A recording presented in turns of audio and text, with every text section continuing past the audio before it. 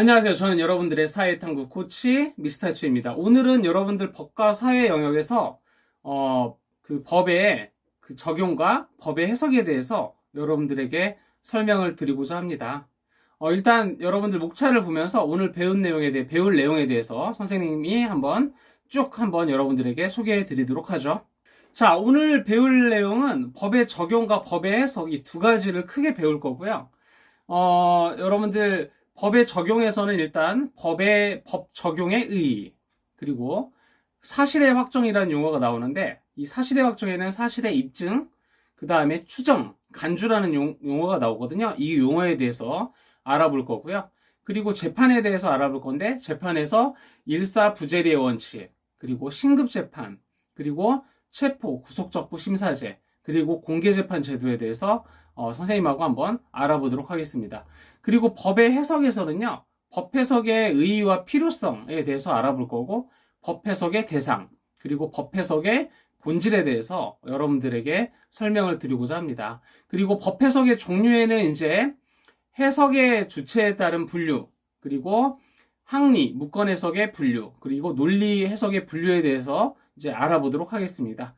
그러면 법의 적용과 법의 해석, 먼저 법의 적용부터 알아보도록 하죠. 자, 먼저 법 적용의 의의는 어떠한 구체적 사건이 발생했을 경우에 추상적인 실정법의 어느 규정이 그 사건에 적용할 법인지를 음미, 판단하는 과정을 법의 적용이라고 합니다. 일반적으로 법을 적용시키는 과정은 추상적인 실정법을 대전제로 하고 구체적으로 발생한 사건을 소전제로 해서 거기에서 판결이라고 하는 결론을 이끌어내는 3단 논법의 형식을 밟아서 이루어지죠.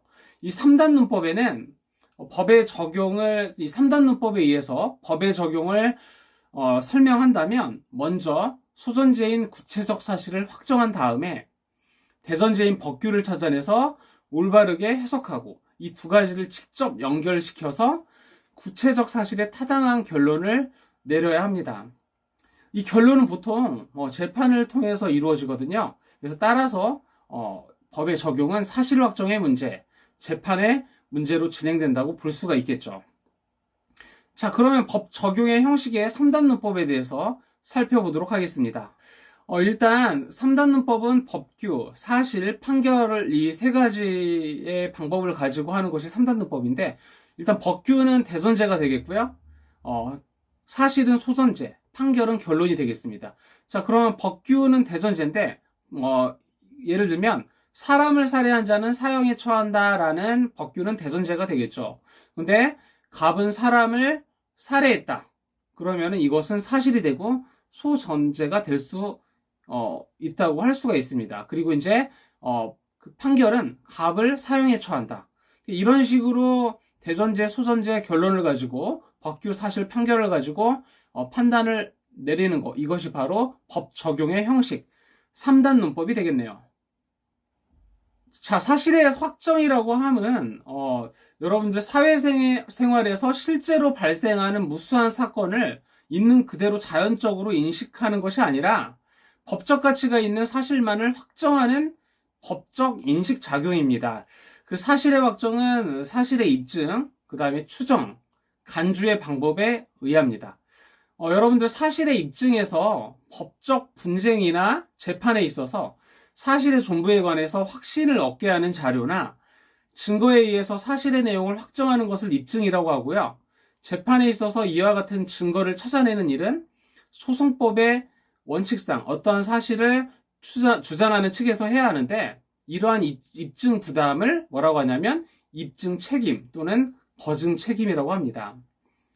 자, 다음은 여러분들 사실의 추정입니다. 추정이란 입증이 용이하지 않은 확정되지 않은 사실을 통상의 상태를 기준으로 해서 이를 사실로 인정하고 이에 상당한 법적 효과를 주는 것을 말합니다. 즉, 법의 편의상 반대의 증거가 없는 한 일정한 사실의 존재나 내용을 일단 가정해서 놓는 것을 말하죠. 여러분들 법문상에 뭐뭐한 것으로 추정한다고 이제 규정하고 있는 경우가 이에 해당되는데, 이는 사실의 가정에 불과하므로 이와 다른 사실을 주장하는 자의 반대 증거가 제시되면 추정의 효과는 부인된다고 할 수가 있습니다. 민법 제844조 1항에서 처가 혼인 중 포태한 자는 부의 자로 추정한다. 그리고 2항에 혼인 성립의 날로부터 200일 후 또는 혼인관계 종료의 날로부터 300일 내에 출생한 자는 혼인 중에 포태한 것으로 추정한다. 라고 이제 되어 있는데, 이 경우 추정은 법이 어떠한 사실을 가정적으로 정하는 것이므로 이러한 추정에 의해서 손해를 입을 입장에 있는 자가 있으면 반등을 들어서 그 추정을 뒤집을 수가 있습니다. 이를테면 자가 처의 불륜관계에 의해 낳은 자임이 입증된다면 그 추정은 뒤바뀔 수 있습니다.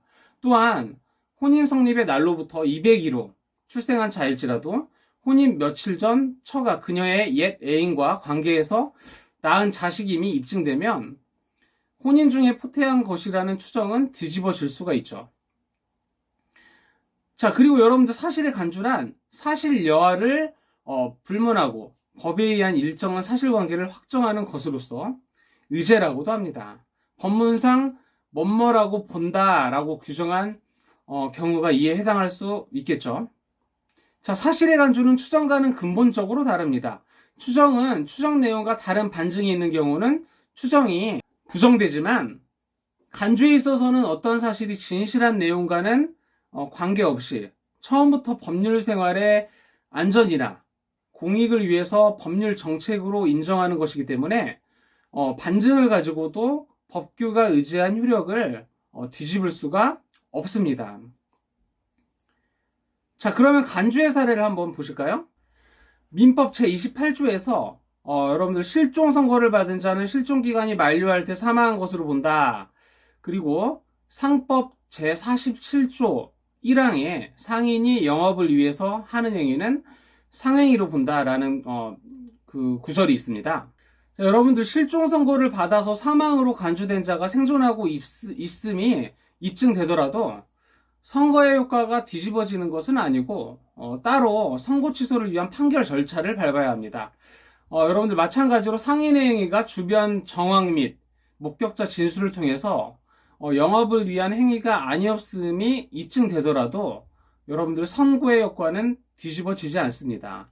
추정과 간주는 여러분들 유사한 것이라고 볼 수도 있지만 반증으로서 반복될 수 있는가 아닌가라는 점에서 완전히 다른 제도라고 할 수가 있겠네요. 자, 여러분들 그 다음은 재판입니다. 재판은 이제 입증, 추정, 간주 등을 통해서 이제 사실이 확정이 되고 나면 그 사실에다가 적용할 법을 찾아내야 합니다. 이 일은 여러분들 궁극적으로 판사가 재판을 통해서 진행을 합니다. 재판에 의한 법의 적용은 대개의 경우 권력적 강제인 강제집행에 의해서 끝맺음을 하게 됩니다. 여러분들 강제집행은 구체적으로 정해진 법의 내용을 집행하는 것이기 때문에 결국 재판에 의해서 법의 집행이 이루어진 셈이죠. 따라서 재판은 공정하게 행해져야 하고 이를 위한 제도적 보장으로서 사법권 독립제도가 마련되어 있는 것입니다. 우리 헌법도 제103조에서 법관은 헌법과 법률에 의해서 양심에 따라 독립하여 심판한다고 규정함으로써 사법권 독립을 제도적으로 보장하고 있습니다. 일사부재리의 원칙은요, 한 번 판결이 난 사항에 대해서는 다시는 재판하지 않는다는 원칙입니다. 우리 헌법 제13조 1항에서는 동일한 범죄에 대해서 거듭 처벌하지 아니한다라고 규정하고 있습니다. 특히 형사사건의 경우 일사부재리의 원칙은 이중 처벌을 금지함으로써 국가의 형벌권을 기속하는 원리로 기능하는 경우에 자주 사용되고 있죠. 우리나라 형사 소송법에서는 유죄의 확정 판결에 대한 재심은 그 선고받은 자의 이익을 위해서만 가능하도록 법률로 정하고 있습니다. 따라서 무죄 확정 판결이 있은 이후 새로운 범죄 사실에 대한 증거가 드러나더라도 무죄를 선고받은 자의 불이익을 위한 재심은 허용되지 않습니다. 이 원리는요, 법적 안정성 및 인신 보호를 그 목적으로 하고 있습니다. 다음은 신급재판입니다. 재판에 여러 급을 두어서 여러 번 재판을 할 수 있게 하는 제도가 신급제도이죠. 즉, 재판의 공정과 정확을 기하기 위해서 재판을 할 때 법원에 급을 두어서 여러 번 심판하게 하는 것을 말합니다. 이는 법원에서 사실 판단과 법률 적용을 잘못함으로 인해서 발생하는 기본권의 침해를 사법 절차를 통해 구제하기 위한 제도라고 볼 수가 있습니다. 우리나라는 원칙적으로 3심제를 채택하고 있고요. 3심제에 대한 예외로 단심제나 2심제를 두고 있기도 합니다. 비상계엄하에 이제 군사재판과 선거소송은 단심제를 채택하고 있고요. 특허소송의 경우에는 특허심판의 기술적 전문성과 관련해서 특허법원과 대법원으로 이어지는 2심제를 택하고 있습니다. 다음은 체포구속적부심사제입니다. 체포구속적부심사제란 체포 또는 구속된 피의자가 체포구속의 적부 여부 심사를 청구해서 심사한 결과 적법한 것이 아닌 경우 법관이 직권으로 피의자를 석방하는 제도를 말하죠. 이는 구속된 피의자, 그 변호인, 법정대리인, 배우자, 직계친족, 형제자매, 호주, 가족, 동거인, 고용주 등이 청구할 수가 있습니다. 이에 대한 심사는 영장을 발부한 법관은 원칙적으로 관여하지 못하고 심사 후 결정으로 기각하거나 석방을 명합니다. 석방된 피의자가 도망하거나 증거를 인멸하는 경우 외에는 재구속하지 못합니다. 이에 만약에 불복할 경우에도요, 검사나 피의자 모두는 항고할 수가 없습니다. 여러분들 공개재판제도는 재판은 이제 심리와 판결이 일반인의 그 방청이 허용된 공개법정에서 행해져야 한다는 것입니다. 이는 사법 절차의 정당성을 확보하고요. 인권을 보호하기 위해서 필수적인 제도라고 할 수가 있겠네요. 우리나라 헌법 제109조에서 재판의 심리와 판결은 공개한다. 다만 심리는 국가의 안전보장, 안녕 질서를 방해하거나 선량한 풍속을 해할 염려가 있을 때에는 법원의 결정으로 공개하지 아니할 수 있다라고 규정하고 있습니다. 자, 그 다음은 법의 해석에 관해서 설명드리도록 하겠습니다. 여러분들 일반적으로 이제 추상적으로 규정되어 있는 법조문의 내용을 구체적인 사실에 적용할 수 있도록 분명히 하고, 그리고 이제 법적 의미를 정확하게 밝혀내는 작업을 법 해석이라고 합니다. 법의 규정 방식은요, 추상적인 경우가 많아서 그 의미와 내용이 명확하지 않은 경우가 있고, 또 사회생활의 변천에 따라서 법이 예견하지 못한 사실이 발생하기 때문에 이를 보완할 수 있는 법 해석이 필요합니다. 특히 행정법 분야에서는요, 법의 요건상 필요한 경우에는 일정한 처분을 할 수 있다라는 식으로 불확정적, 추상적 규정을 하는 경우가 많은데, 여러분들 이 경우는 공익의 기준에서 구체적으로 법을 해석해야 합니다. 법은 성문법과 불문법의 모습으로 존재하므로 법의 해석은 이 양자를 대상으로 해서 그 의미와 내용을 명확하게 하는 것이 할 것입니다. 그러나 성문법은 문장화되어 있는 것으로 이제 주로 성문법의 의미와 내용을 파악하는 것이 법 해석의 중심이 되겠죠. 법 해석은 법규의 의미, 내용을 탐구하고 참뜻을 밝히는 것인데, 이 경우에 법규의 의미, 내용이라는 것은 법규의 단순한 물리적 의미뿐만 아니라 법질서 전체의 정신에 따른 합리적 의미를 찾아내는 것입니다. 이 경우 어떻게 하는 것이 법 해석의 정신을 가장 표출을 잘하는 것인가를 찾아내는 것이 법 해석의 본질적인 문제라고 할 수가 있습니다. 이런 문제를 둘러싸고 다음에 그 학설로 나뉩니다. 첫 번째, 입법자의 사설입니다. 법조문을 입법자의 주관에 결부시켜서 생각해서 법규의 제정 당시에 입법자가 갖고 있었던 의사, 즉 입법자들이 그 법에 불어넣은 정신을 해석하는 것이 법 해석이라고 보는 설입니다. 이 입장에서는요, 법 제정 당시의 입법 재료, 예컨대 법률 초안, 그 다음에 이유서, 의사록, 기초의안의 기록 등의 중요성을 둘 수밖에 없습니다. 자, 두 번째, 다음은 법의 사설입니다. 여러분들 법 해석의 목적은 법 그 자체의 의사를 명확하게 함에 있다는 입장입니다. 법규가 이제 법으로서의 형식 요건을 갖춤으로써 그것은 입법자로부터 이제 분리되어서 독립적으로 존재하는 것이므로 법 해석의 목적은 입법자의 의사를 타진하는 것이 아니라 법 자체의 의의를 명확히 함에 있다고 보는 것입니다. 이 입장에서는 입법 자료는 외국의 입법례나 학설과 마찬가지로 참고 자료가 될 뿐, 법 해석자를 구속하는 힘은 없다고 봅니다. 자, 그런데 여기서 일반적으로 법의 사설이 훨씬 더 유력합니다. 법의 사설은요, 사회적 사실에 대한 법의 탄력성을 인정하기 때문에, 여러분들 실제 요구에 적합하고, 또한 해석이 심리적 과정이나 역사적 사실의 탐구가 아니라 이론적 가치 판단적인 것이라고 보기 때문에 법 해석에 기술 이상의 학문으로서의 품위를 부여하는 것이 된다고 여러분들 볼 수가 있겠네요. 여러분들 법의 해석은 해석의 구속력 또는 해석의 주체에 따라서 유권 해석과 무권 해석으로 나눌 수가 있습니다. 그리고 무권 해석 또는 항의 해석은 해석의 방법에 따라서 물리 해석과 논리 해석으로 나눌 수 있습니다. 논리 해석에는 다시 확장 해석, 축소 해석, 반대 해석, 물론 해석, 보정 해석, 연역 해석 등의 방법이 있습니다. 자, 그러면 여러분들 먼저 해석의 주체에 따른 분류, 이것에 대해서 여러분들한테 설명을 해드리도록 하죠. 자, 법 해석의 종류, 해석 주체에 따른 분류 한번 보도록 하죠. 여러분들 유권 해석 또는 공권 해석이라고 하죠. 이 개념은 여러분들 권한을 가진 국가 기관에 의해서 행해지는 해석, 그러니까 공적인 구속력을 지니는 그런 해석이라고 볼 수가 있겠고요. 그 종류에는 입법 해석, 사법 해석, 행정 해석이 있다라고 할 수가 있습니다. 여러분들 사법 해석이 보통이고요. 보통 판결의 모습으로 나타난다고 볼 수가 있겠네요. 그리고 이제 항리 해석, 무권 해석은요. 여러분들 개념은 이제 학술적 해석, 즉 학리적 방법에 의해서 법규의 의미를 해석하는 방법입니다. 여러분들 물리 해석과 이제 논리 해석이 있고, 여러분들 이 해석은 법학자나 일반 개인의 법에 관한 자유로운 견해에 지나지 않기 때문에 강제력을 갖지 못하지만 유권 해석에 상당한 영향을 미친다라는 거 알고 계셨으면 좋겠습니다. 자, 그러면 법 해석의 종류에서 항리 해석의 분류에 대해서 이제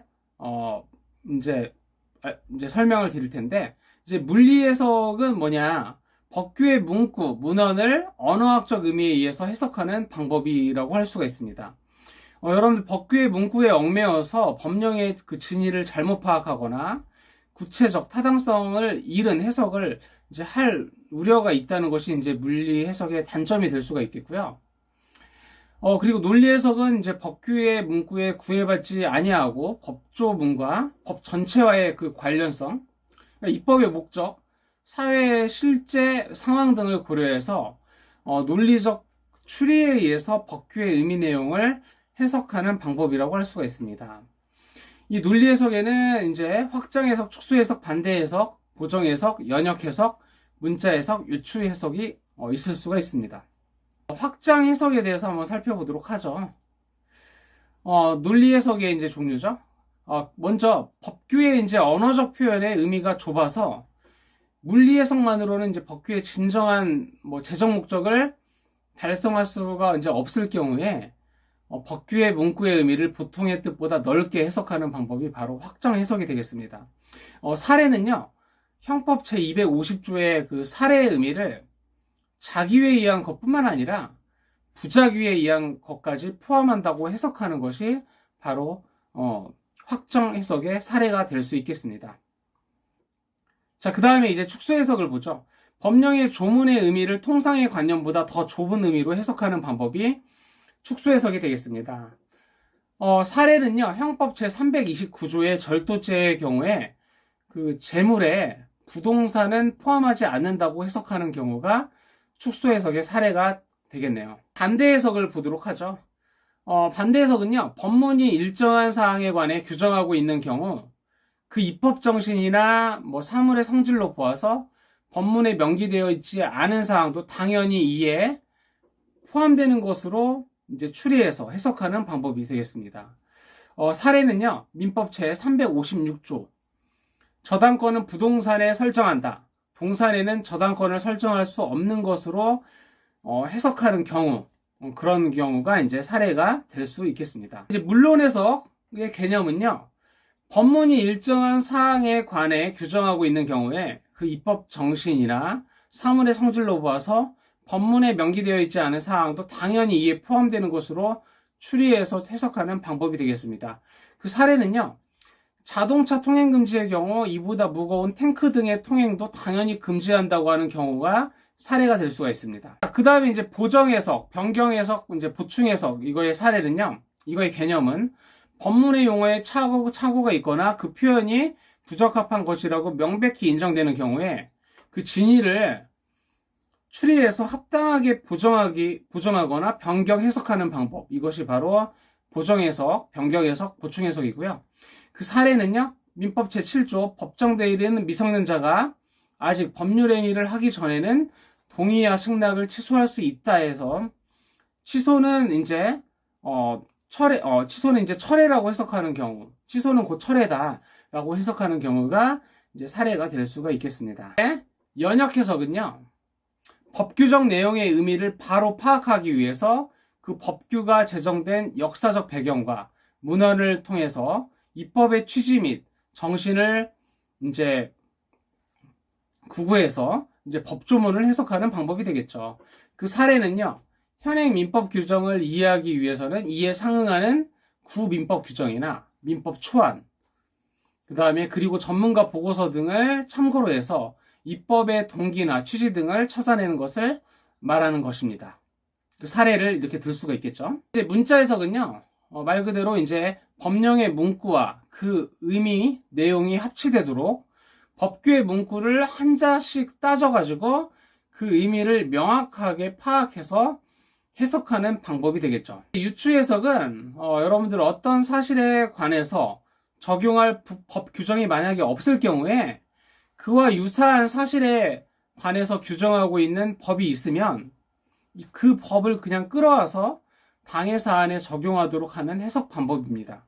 뭐 예를 들면은 여기에다가 말을 매지 마시오 이렇게 했다면 소도 매어서는 안 된다고 해석하는 것, 이것이 바로 사례가 될 수 있겠네요. 유추해석의 이제 범위의 이제 사례를 한번 볼 건데요. 여러분들 위생적인 육류를 공급하기 위해서 축산물 가공 처리법이 있습니다. 뭐 그 동법의 제 45조 1항은 그 소, 돼지, 말, 양을 위생처리 시설이 아닌 장소에서 도축한 자는 7년 이하의 징역 또는 1억 원 이하의 벌금에 처한다 라고 규정을 하고 있는데요. 사례로 여러분들 갑은 흑염소 소주를 만들 생각으로 야산에서 흑염소를 도축했습니다. 갑의 범죄 성립 여부는 어떻게 되겠습니까?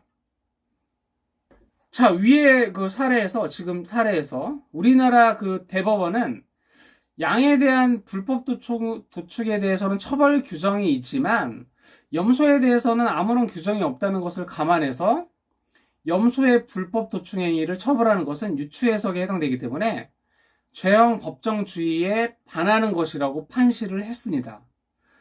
범죄 구성 요건은 이제 여러분들 판례법이나 관습법이 아닌 성문 법규에 의해서만 창설되거나 가정할 수는 있습니다. 그러나 반면에 유축 해석에 의해서 피고인에게 유리하게 형이 감해지거나 조각을 꾀하는 것은 법관에게 금지되지는 않습니다. 현행법은 이를 보완해서 가축이라고 하면 소, 말, 양, 돼지, 닭, 오리, 기타 식용을 목적으로 하는 동물로서 대통령령이 정하는 동물을 말한다라고 규정을 하고 있습니다. 자, 여러분들 오늘 법의 적용과 해석에 대해서 살펴보았습니다. 오늘 여러분들 어떻게 이해가 잘 되셨는지 모르겠네요. 오늘 설명은 여기까지 하고요. 여러분들 저는 다음 시간에 다른 주제로 여러분들 영상을 통해서 만나 뵙도록 하겠습니다. 오늘 여기까지 하겠습니다. 안녕.